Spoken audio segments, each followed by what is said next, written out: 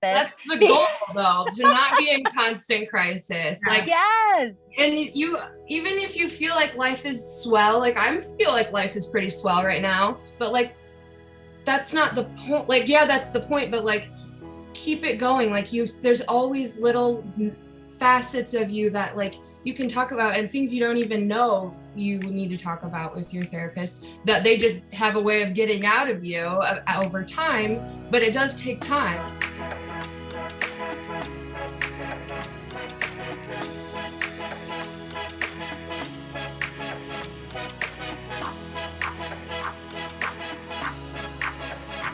Hello, welcome back to You Need a Counselor podcast. My name is Julie Johnson. I'm the president and founder at Heart and Solutions. We are a mental health counseling agency here in Iowa. We are still doing for our outpatient mental health counseling for adults and kids and adolescents. We're still doing telehealth over the phone or over the computer for therapy.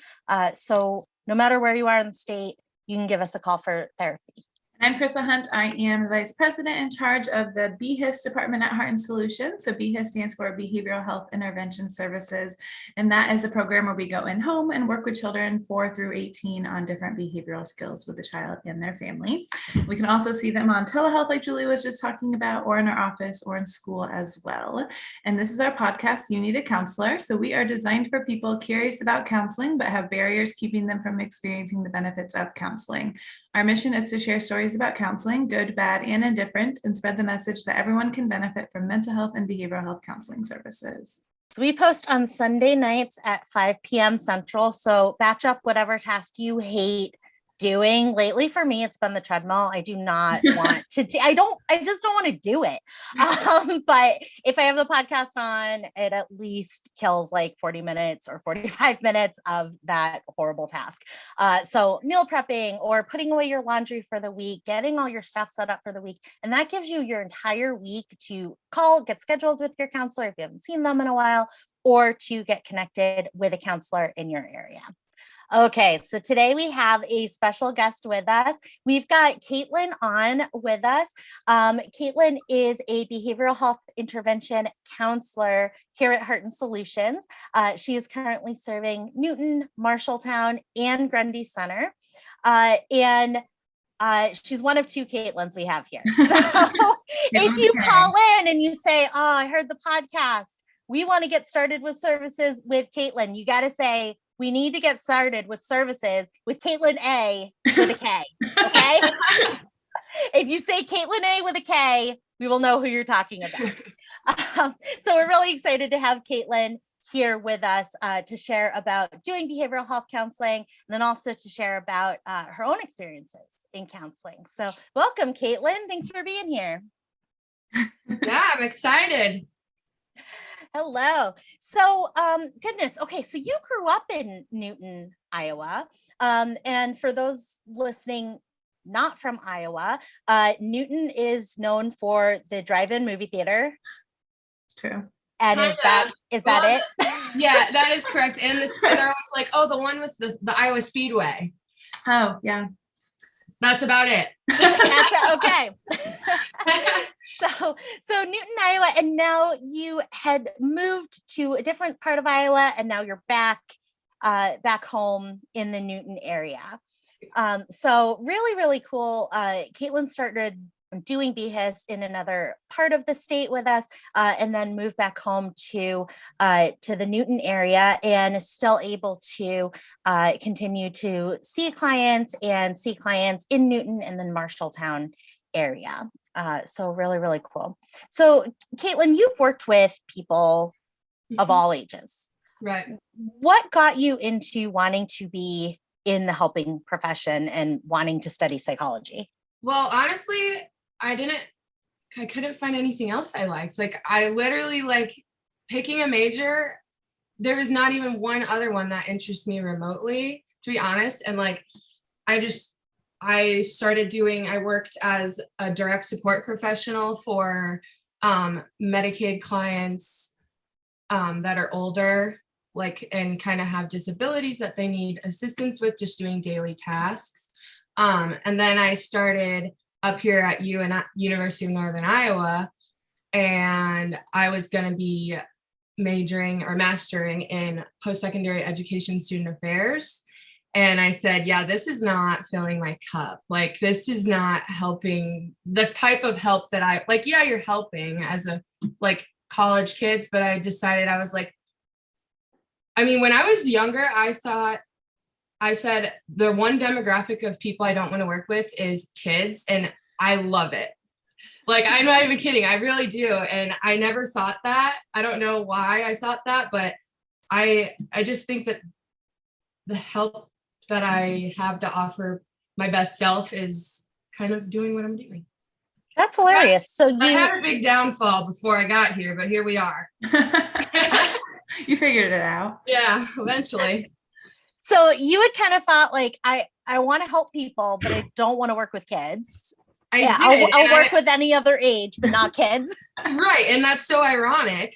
And honestly, like, great for branding, but like, I mean, you know what I mean? Like, I surprised myself because I'm actually a lot more patient, and I feel like, I don't know, maybe I just grew up a little bit, but yeah, like, I really like what I do, and I feel like it fills my cup. I love that. I mean, behavioral health intervention services, BHIS, it's all kids all the time. And how cool that you were able to learn that about yourself and learn about your own strengths as it comes to helping people and helping children, and learning through that experience that, wow, this is something that I really enjoy. Right. And my personal counselor was the one that told me, you just like try, because when I dropped out of that master's program, she said, yeah, just like, I suggest that you just try things in your field and like new positions and roles, just like poke the bear.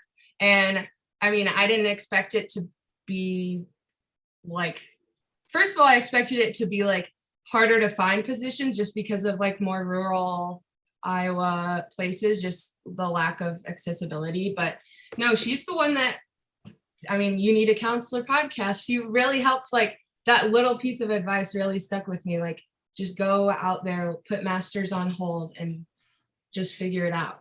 So that's kind of what I did, like what you're just saying. Absolutely. I love that. I love this experience that you've had and how you're sharing it, because you were on one track in life, and it's so difficult sometimes to change tracks and change paths in our life, because we're so in our society, I think we're taught, you follow through and you finish things that you start, and all of these messages I think that we get about success and fulfillment.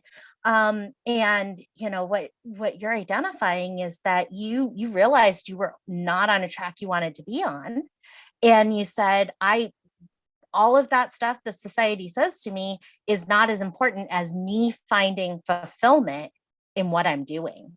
Right. And I just like woke up one day, I'm not kidding you. Well, I was up all night because of this program, but I woke up one day, and I'm not even kidding. I emailed my advisor, and I was like, yeah, I just can't. And then I called about not 12, that's an exaggeration, maybe like 8 different locations before somebody had availability, because going back to the accessibility thing. And I was kind of like in crisis mode. I was like, I just like made a huge life decision, help, basically. Like, I just need something.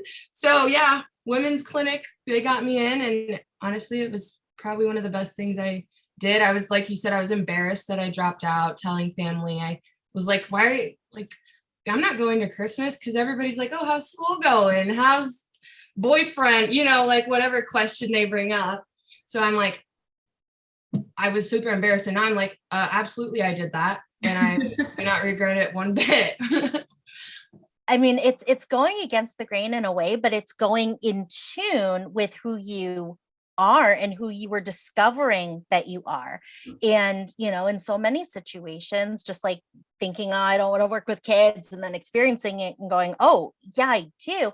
Our brains just are not designed to be able to tell the future. Like, we just can't, right. We can't do it. And as human beings, we're really bad at predicting how things are going to end up for us and how we're going to feel once we, make decisions one way or another. And so what I love about your story is that you were able to say, nope, I'm going to try this and I'm going to see how it fits me. I'm not going to change who I am to continue on with this grad program or to continue in this career path or continue working with this population. I'm going to take a track and find a track that fits who I am, because I'm going to stay true to who I am and how I find fulfillment in my life. And I think that's beautiful. Now, what gave you the strength or the willingness to contact a counselor after you had done that? Because that's not always an easy thing to do. And especially calling that many places and being put on waiting lists or not having the referral availability. Yeah, absolutely. How did you get through that? Well, it had been a long time coming, and I think I just snapped. I really went into I didn't sleep that whole night because I didn't even realize my body was capable of having that much anxiety just from that program. It just was so, I think I was about to burst. It's how I can explain it. So when I say I dropped out at 4 a.m, I dropped out at 4 a.m. and called people as soon as offices were open. It was because of mental health, and I was apprehensive about counseling because I had prior poor experiences with it, but this has kind of changed my mind. It's even though I don't still live around the Cedar Falls area, I'm still going to keep going back, make the hike up there, because once you just know when it works, it works. Wow. Yeah. And it sounds like that has been a really positive counseling experience for you, being able to bridge that transition with somebody who's supporting you and who you are and the decisions that you're making for yourself. And like you said, it's something to hang on to, because it is difficult sometimes to find that right fit. So you had a previous experience that was not as positive. What was that like? Well, first of all, it's plural experiences, honestly. One was at my college where I went to school, which I won't name drop, but it was when you go to college, they have a cap. So they'll only see you for 5 or 6 sessions. I guess I don't know. I can't speak for all colleges, but the one I went to, that was the case for my undergrad. And I was we barely even know each other yet. We're just scratching the surface. And that was kind of for career counseling, honestly, which I'm still, up until when I started, in February, probably still needed more career counseling, but that's kind of what I got from my counselor. But it was it just didn't work. I don't know how to, our personalities don't match. And that I know that that's not uncommon. People get discouraged and then they'll just never go back because they think that's what it's going to be every single time. And that's so not the case. Everybody's so different and has different styles. And and then my second experience was when it was during COVID. I was doing telehealth with someone that was from the complete opposite side of the country and was very pull your bootstraps up and get over it. Honestly, and she was just kind of talking politics, expressing her political opinions, and it just was uncomfortable. So I was next, so after that I was kind of I'm gonna be done, but then I had that experience up here, and I couldn't ask for much more, honestly. That's amazing. It's amazing that you were able to go from the place of I'm done with this, right? I've been through counseling, I've experienced what that is. It was not helpful to me, and so I'm not going to do it again. You've gone from, or been able to go from, I'm done with this to I need a counselor tomorrow. Right now. Yeah, absolutely. And I think that is really amazing and speaks to that ability to go, no, I'm still going to try this, and I'm still going to invest this time even in a bad counseling experience, I'm investing that time in the possibility that I'm going to find a good fit and that I'm going to find the right counselor for me. And I think that's amazing. How did you do that? How did I do? Oh, like get over having a bad experience? Well, I think just life, like just life circumstances got different, changed from being like a college kid taking like 17 credits at a time. Like my excuse would have been, I don't have time, which is what a lot of people do say. And that's totally valid. But when you really need it and realize it, you're like, I'll make time. Like everything else can wait. I'll make time. Especially when you find a good one, you almost like look forward to it. You write things in your notes on your phone that you're like, oh, I need to talk to her about this like next time I see her. How I did it, I think it's also just because I am a big advocate for therapy in the first place, having like the background that I do. I mean, I feel like you don't really go into psychology and think therapy's like bogus, you know? Like obviously I like it, but the part of the struggle too was growing up with a family that was kind of like, oh, you go to a shrink, you know what I mean? Like it's not very, I didn't want to talk to them about it. And now that I'm like not living there and we kind of have a better relationship, I'm like, oh yeah, going to see my shrink today. What do you think about that? Like I just have like no shame behind it. And especially knowing that it's working. And I mean, I just think that makes a world of a difference. I love that. What do you think about that? How about them apples? Go to see my shrink. Now what? You should, honestly, they need to see the shrink if we talk about it. I hope they don't. I'm not sharing this with them. We need to go on the Heart and Solutions page and block my parents real quick.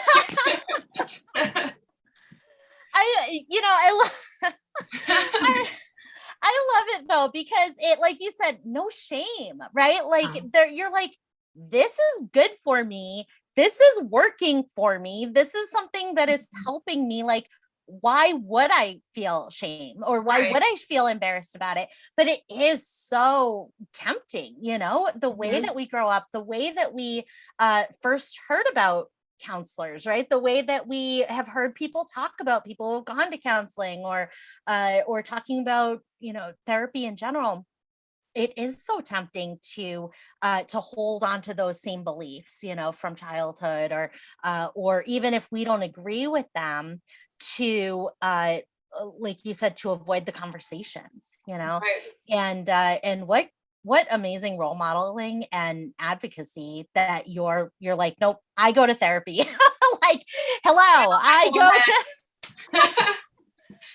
to therapy.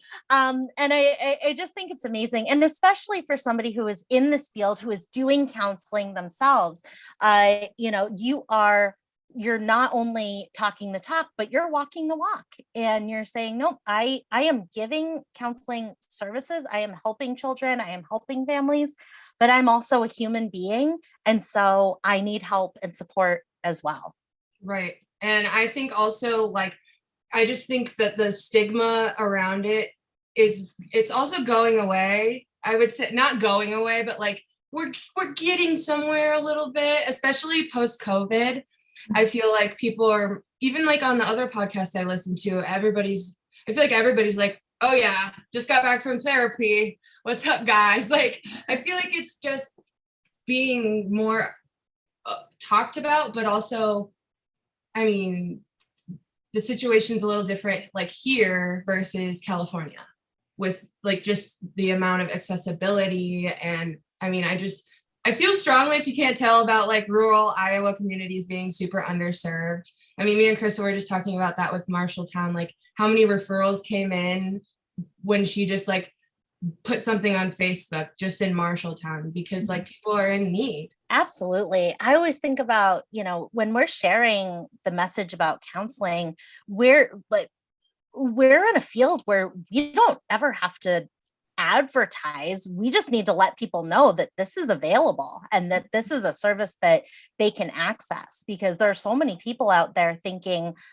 I would go to counseling, but I can't afford it, or I don't have the time, or there isn't anybody that would come to this area because I live so far away from Ames, or I live so far away from Waterloo.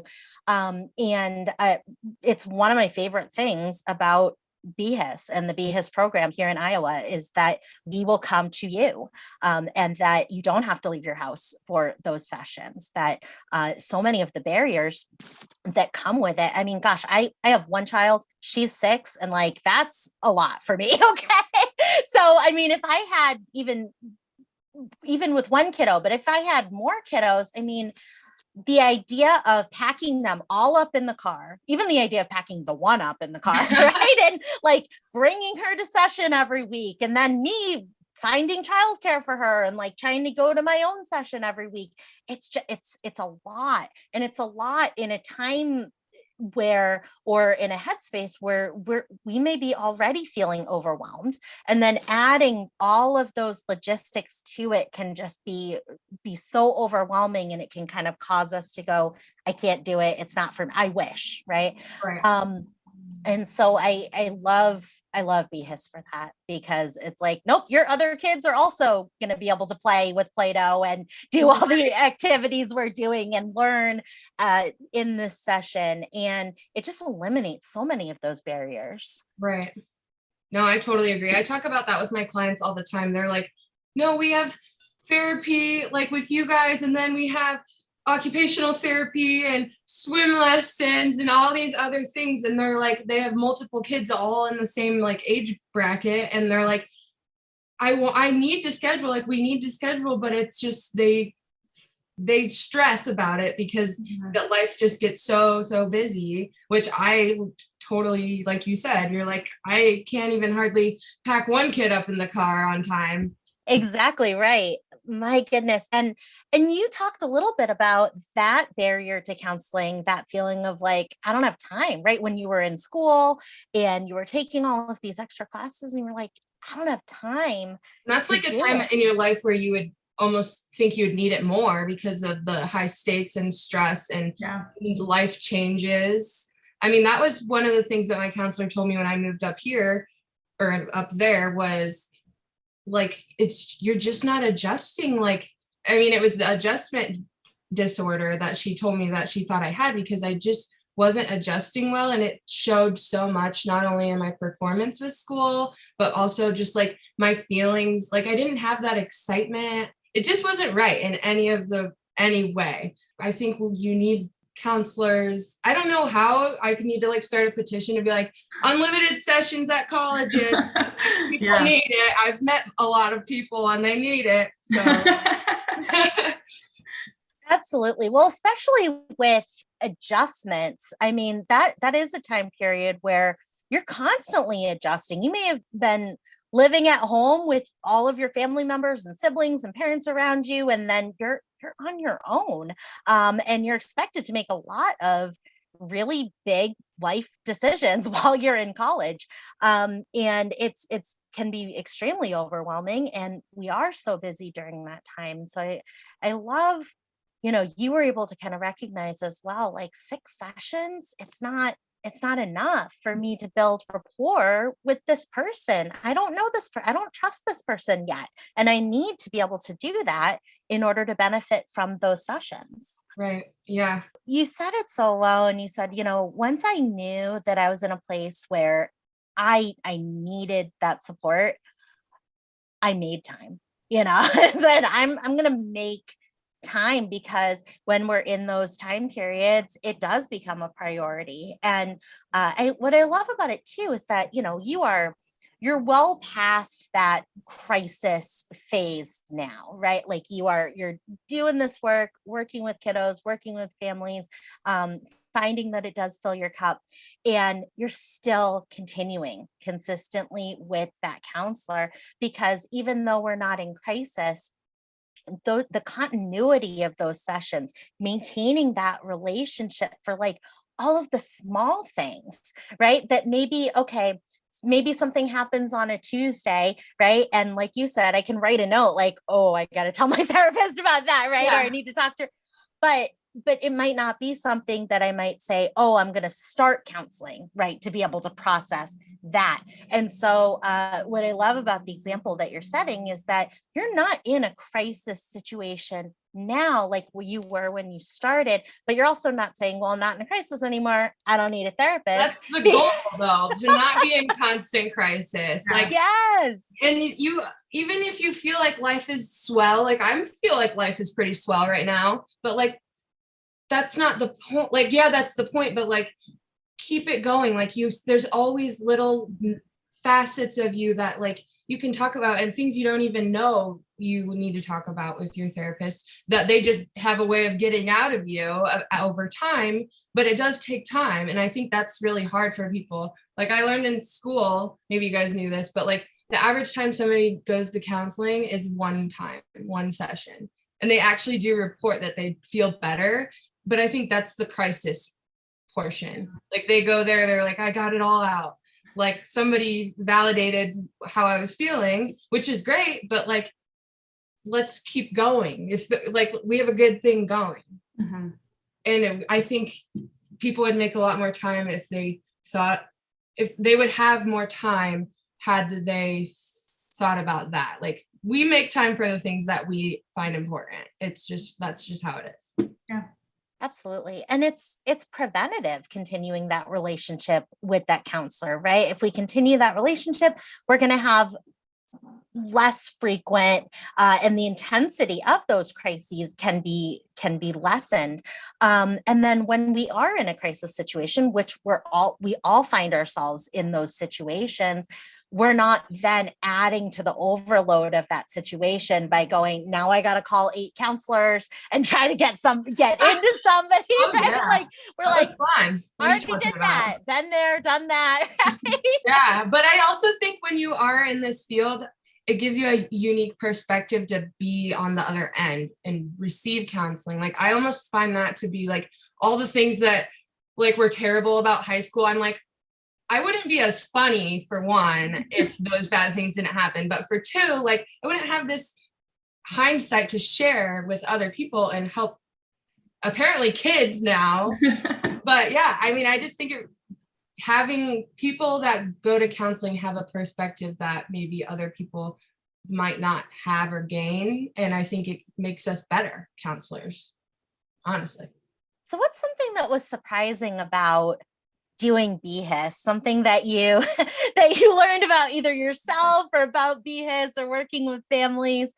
What's something that was surprising to you as you started on that journey? Well, for one, I'd never heard of BHIS prior. I really didn't. I mean, Chrissa, I think I saw Chris's posting on like Indeed or something, and I was like, yep.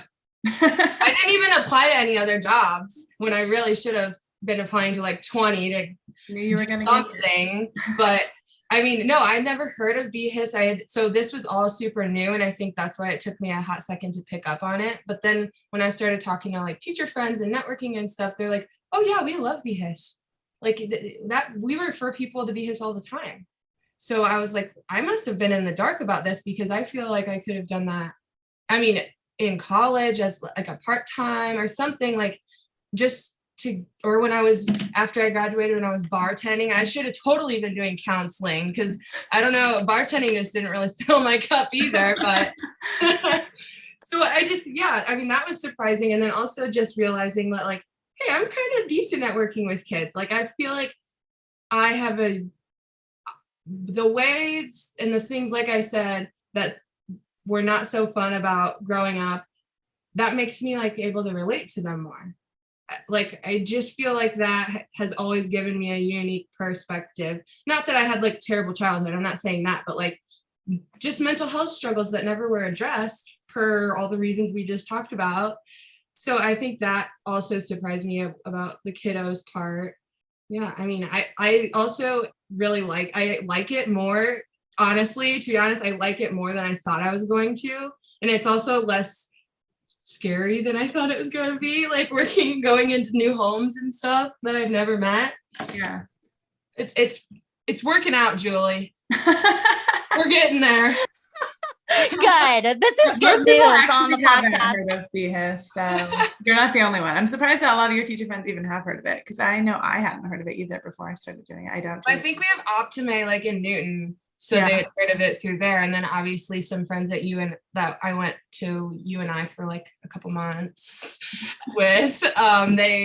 They were from the area, so a lot of people had heard of Heart and Solutions just because we have a couple offices up here, which is good.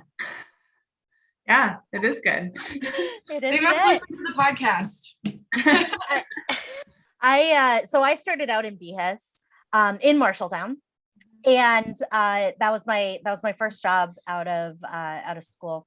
And I went to that interview, and I had read the description. And I was like, yes, working with kids, I can do that. This sounds great. But I did not know what BHIS. I had to look up after the interview. What does this stand for? Like, what do these letters mean? Story of my life. I feel like I asked Chrissa, I was like, what's a FSRP worker or whatever? Like, I was like, I should know this. I know I should know it. But like when I typed it in on Google, it was like about food or something and I was like, I just got to ask. I need to know. So I want to sound like I know what I'm talking about sometimes, but it is a lot of new, like working with DHS workers. I've never really had to do that. So it's just like dipping my toes, making me feel like a big girl here, getting my life together. So, I mean, I like that it's something new like that every day. I think it keeps me, I'm kind of a busybody all over the place. So it keeps me on my toes. And I like that about this position too. It's just different. Absolutely. Yeah. Working with kids is never boring. I'll say that. There's always variety when you work with kids. Oh yeah. BHIS is behavioral health intervention specialist or behavioral health intervention services, if we're talking about the service. And it is skills development with kiddos. And what I was surprised by when I started doing BHIS was how fun sessions were. I was like, I would leave sessions sometimes after playing Twister for 2.5 hours, and I'd be like, I can't believe I just got paid for 2.5 hours to play Twister with this awesome family, right? Or to play Wii bowling for an hour with this awesome family. And it is so much fun, these sessions. I think sometimes, because people don't know about BHIS, sometimes there are families who it would be great for those families. And it's no cost to the family. And it's fun for the kids. And I think sometimes counseling gets a weird reputation for being boring, right? Or like, okay, if you're like homework. Yes. Or if you're a kid, well, my kid wouldn't sit for 2 hours, to do a session, and like neither would my kid. You don't have to sit there. Yeah. I don't want to sit for 2 hours either.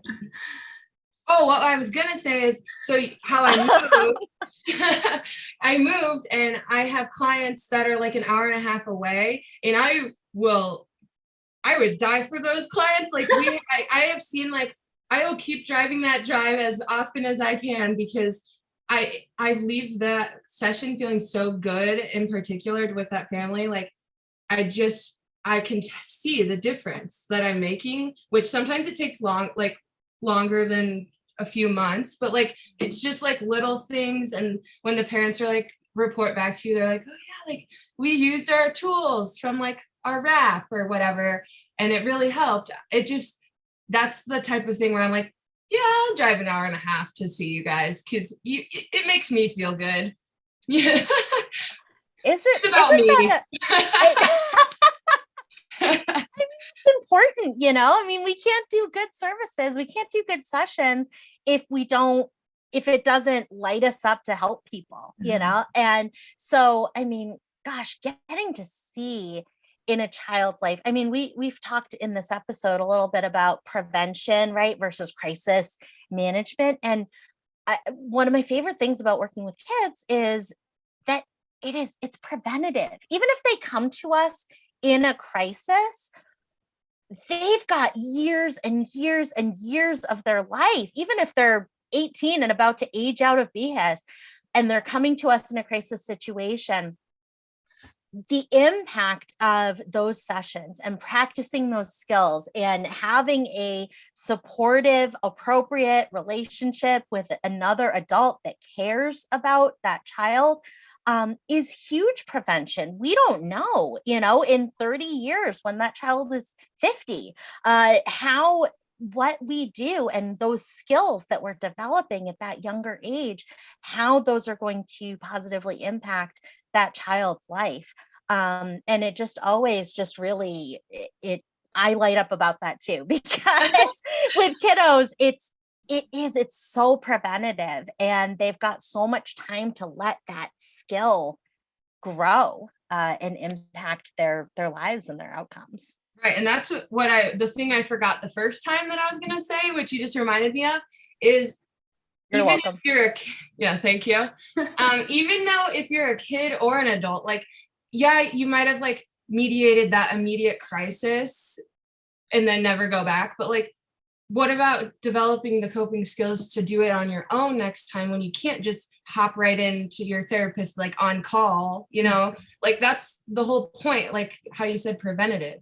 That's the whole point, is to be able to handle these situations and maybe not have them turn into a crisis in the first place. But it's all about like having the skills to be able to do that on your own. And I think that's part of mental health in general, is things feel so out of hand, out of your control, with being able to like mediate or mitigate situations that feel so strong in the moment. Like you don't want to get to a crisis. You want to be able to just like, I don't know. I feel like I've gotten there just by like the little, it's not like the big quotey sounding Hallmark card advice that counselors give you. It's like these little things that just stick with you. And I can think of that like just with the you and I, or like poking the bear with other jobs in the field to see what I like. Yeah, sometimes it is those small things, right? It's not like, well, my counselor said this and it changed my life. It's all of these things week by week that kind of build up, because and it may be advice that we've heard from others our whole lives, but when it comes from somebody who really, truly, we feel does understand us, because we can, without limits, share who we are with that person. And they have no reason to lie or like tell you otherwise. Like they're such a third party, unbiased like person. Why would they tell you that if it wasn't just because they think that's what you want to hear? Absolutely. It's like, when a parent says, oh, you're so smart, or, your partner you're says, be oh, president of the United States. Yeah, it's like, okay, mom, because you have to say that. Yeah, they're your family member. They're your best friend. Like they have to say that. But like you said, when it's a counselor, it's like they don't get anything out of saying that. Like it's also their job to tell you when you're screwing up. So so we can, it feels like we can trust it as well when it comes from that third party perspective. Yeah. I can believe that you are a bartender. I feel like building rapport. That's great. What a compliment. Awesome. Now you need to explain yourself. I mean, it was fun. Don't get me wrong, but I mean, I also feel like I have a degree that I need to like try to use. Maybe I'll start it on the side. It's right down the road. So. So when I was when I first started in BHIS, oh my gosh, it's too long ago, way long ago, 12 years ago. When I first started in BHIS, I was bartending weekends, evening, like I would do my sessions and then I would come back to Grundy and then I would go to the bar and bartend. And when I was in school, I was a debt collector. And I feel like those two jobs, they are like the best one. Like every counselor should be a bartender at some point and should be a debt collector at some point. Because okay, why a debt collector? I would never want to do that. I don't think I would do well at that. I'd just be like, okay, money. Like, where or if they're like tell you they can't pay, I'd be like, okay, never mind. You don't know. I wouldn't want to make them mad. So, I mean, the skills of a debt collector and of a bartender are so similar to the skills of a counselor. You've got to be able to connect with people. You've got to be able to talk to people on the hardest, sometimes not the hardest day maybe, but when they're having a really like when I would call people as a debt collector, they didn't want to talk to me.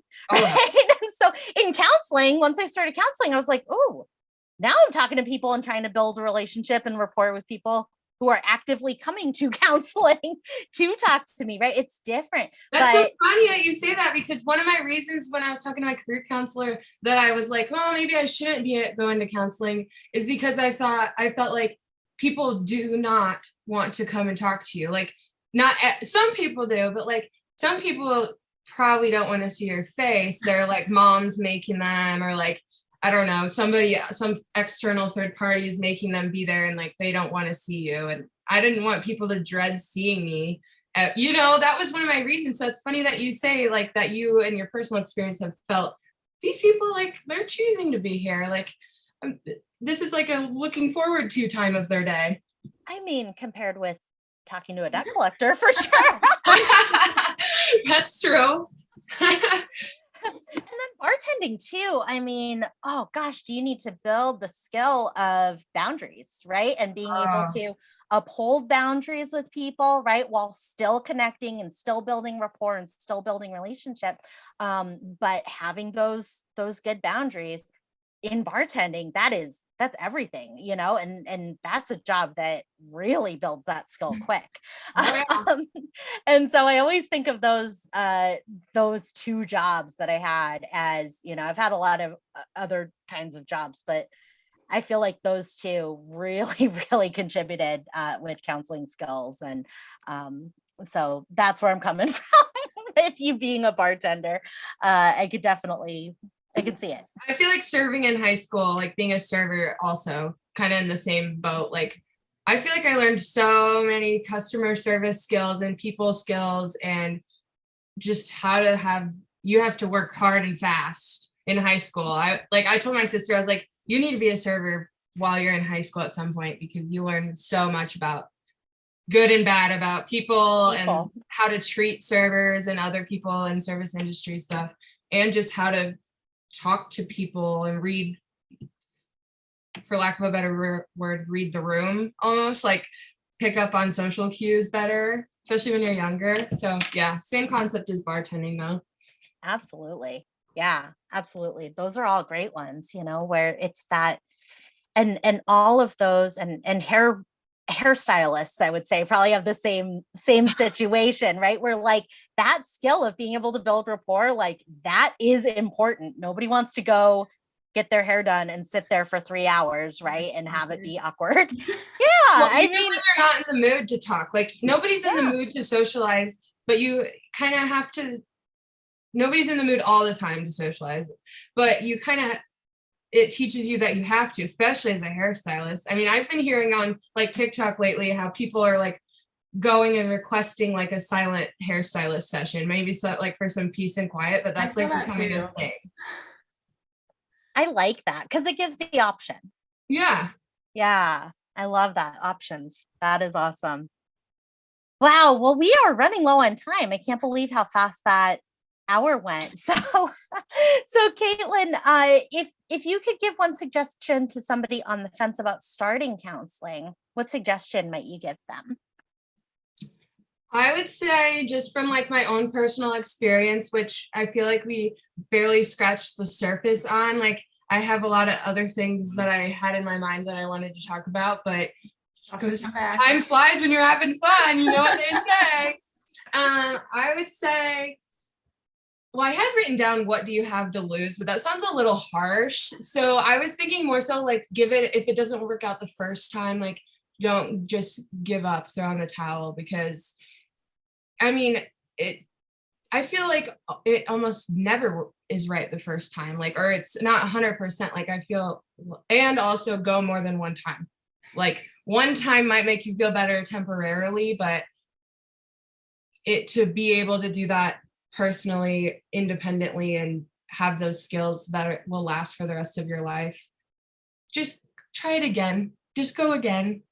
Honestly, I mean, I think, I don't know what my life would look like if I didn't go call them at like 4 a.m. and leave a voicemail to my counselor, but I doubt I would be like I bet I would still be like miserable in that master's program and definitely not working here, probably bartending again. I mean, I don't know. Who knows, but it wouldn't be great. So I can attribute a lot. I should send her this and be like, can you put me like brand endorsement for your office? No, but seriously, I just think everybody, maybe not everybody, but a lot of people report that that's why they aren't in therapy, is because they had a bad experience one time. Absolutely. I love it. Excellent example of trying again, and then trying again, and having that courage to try again after having those negative experiences is so important and so powerful. So thank you so much for being such a role model and an advocate for counseling, and for the work that you're doing with those families in BHIS as well. I'm Kaytlin Ahn, and you need a counselor. That's right. Love it. Yeah. We all do. Oh my goodness. Me too. So does Chrissa. We all need a counselor. Love it. Awesome. Well, thank you so much, Kaytlin, for being here. If you are in the Marshalltown, Newton area and you are interested in behavioral health intervention services, give us a call at 800-531-4236 to get connected with Kaytlin. Kaytlin with a K. Kaytlin A with a K. Oh, yeah.